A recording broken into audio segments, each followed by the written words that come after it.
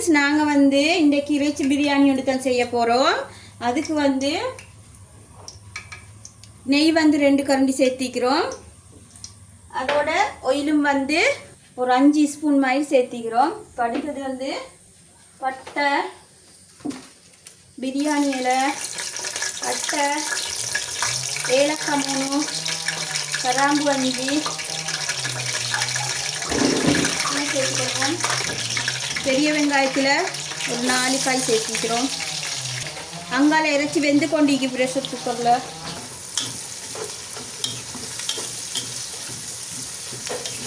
இப்போ இது நல்லா வதங்கி கொண்டிருக்குது. நல்லா கொஞ்சம் பொன்னிறமாகட்டும்.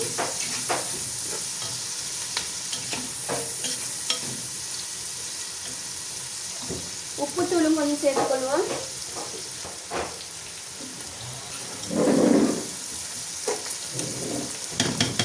வதங்கிட்டு நாங்கள் மூடி வச்சுவோம் ஒரு 5 நிமிஷம். இப்போ நாங்கள் வந்து பார்ப்போம். வெங்காயத்தை பொரிஞ்சு கொண்டிருக்குது.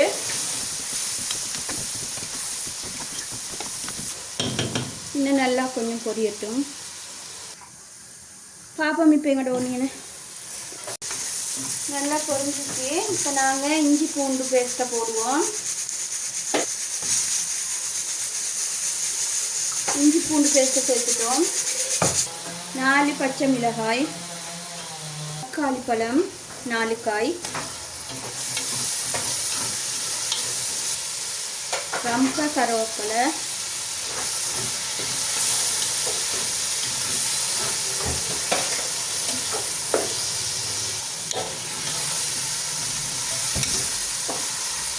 இதெல்லாம் வதங்குறதுக்கு நாங்கள் இன்னும் கொஞ்சம் உப்பு சேர்த்துக்கொள்வோம்.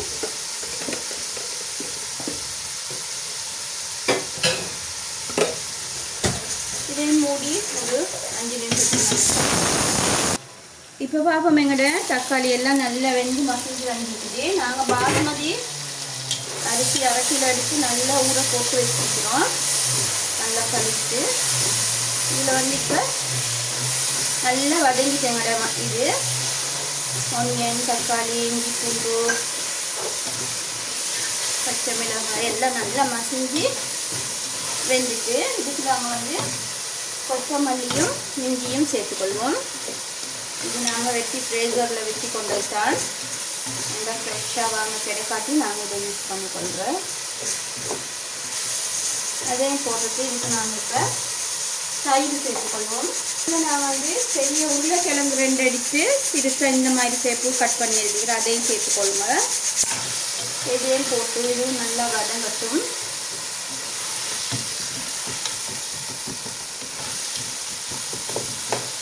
இப்போ நாங்கள் மசாலா சேர்த்துக்கொள்வோம். மஞ்சள் 1/4 கரண்டி மஞ்சள் தூள், சீரக பவுடர் 1 கரண்டி, சின்ன டேபிள் ஸ்பூனால் உண்டு, சில்லி பவுடர் 2 கரண்டி,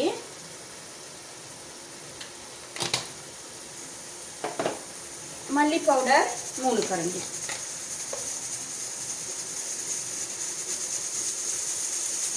நான் இந்த டேபிள் ஸ்பூன் அளவு தான் எல்லாத்துக்கும் சொல்லி சொல்லிக்கிறேன். மிளகுத்தூள் வந்து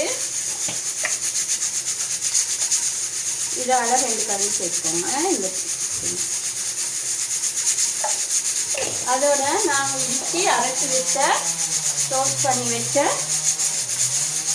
பிரியாணி மசாலா பவுடர் பெரிய கரண்டியால் உண்டு. எல்லாம் போட்டு நல்லா மிக்ஸ் பண்ணணும். ஒரு காய், பெரிய காய், ஒரு லெமன் ஜூஸ். இப்போ நாங்கள் அடுத்தது விசில விட்டுட்டு இறைச்சி சேர்த்துக்கொள்வோம்.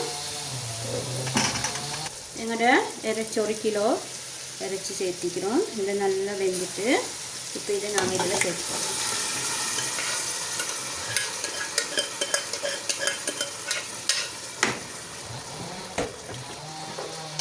இதுவும் சேர்ந்து நல்லா இதோட இப்போ தயிர் சேர்த்துக்கொள்வோம்.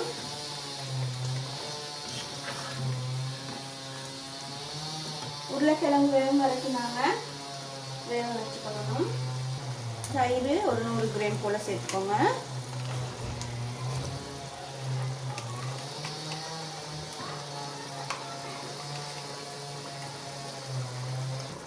உங்கள்கிட்ட இந்த தக்காளி பேஸ்ட் இருந்தால் இதுலேயும் ஒரு 2 கரண்டி சேர்த்துக்கோங்க.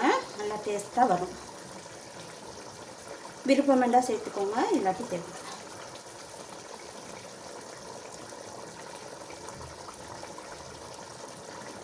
ஒரு 2 டேபிள் ஸ்பூன் சேர்த்து எல்லாத்தையும் நல்லா மிக்ஸ் பண்ணிவிட்டு கொஞ்சம் நாங்கள் இந்த உருளைக்கிழங்கு வேகிற வரைக்கும் வேக விடுவோம். வெந்த போகிறோம் நாங்களுக்கு கட்டுறேன். அப்போ நல்லா கொஞ்சம் இறைச்சியும் புளிஞ்சு வேகும், உருளைக்கிழங்கும் வெந்து.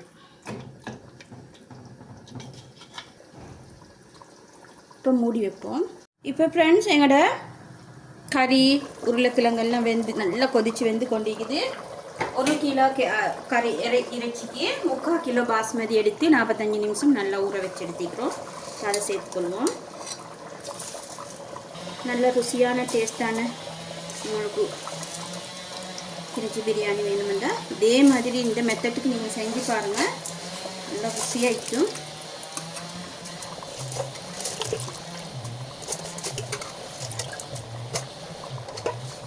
இந்த ஸ்டேஜில் உப்பு பார்த்துக்கொள்வோம். தண்ணி கணக்கு ஆயிக்குது.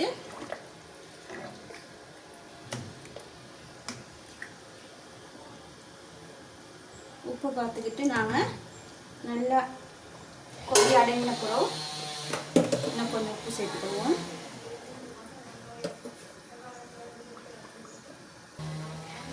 உப்பெல்லாம் கணக்கு கையுது. இப்போ நாங்கள் கொதிச்சத்துக்கு போகிறோம், அப்படியே டம்மில் போட்டு எடுப்போம். கொதிச்சு தண்ணி வற்றினத்துக்கு போகிறோம், டம்முக்கு போடுவோம். இப்போ நாங்கள் கிளறிட்டு டம்மில் போட்டு எடுப்போம்.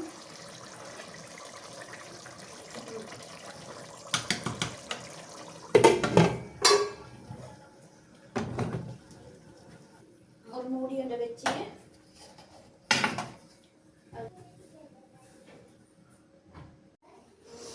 ஃப்ரெண்ட்ஸ், இப்போ நாங்கள் ரைஸுக்கு வந்து ஒனியனும் பாதாமும் பொரித்து வச்சுக்கிறோம். இதை நாங்கள் அப்படியே மேலால் சேர்த்துக்கொள்வோம். உங்களுக்கு விருப்பம் வேண்டாம் மேலே கொஞ்சம் நெய் சேர்த்துக்கொள்ளிடும். நாங்கள் சேர்த்துக்கொள்ளல என்றால் நல்லா நிறைய நெய் ரைஸுக்கு சேர்த்திக்கிறனால ஓனியனையும் இதையும் சேர்த்துக்கணும். இப்போ எங்களோட பிரியாணி ரெடி.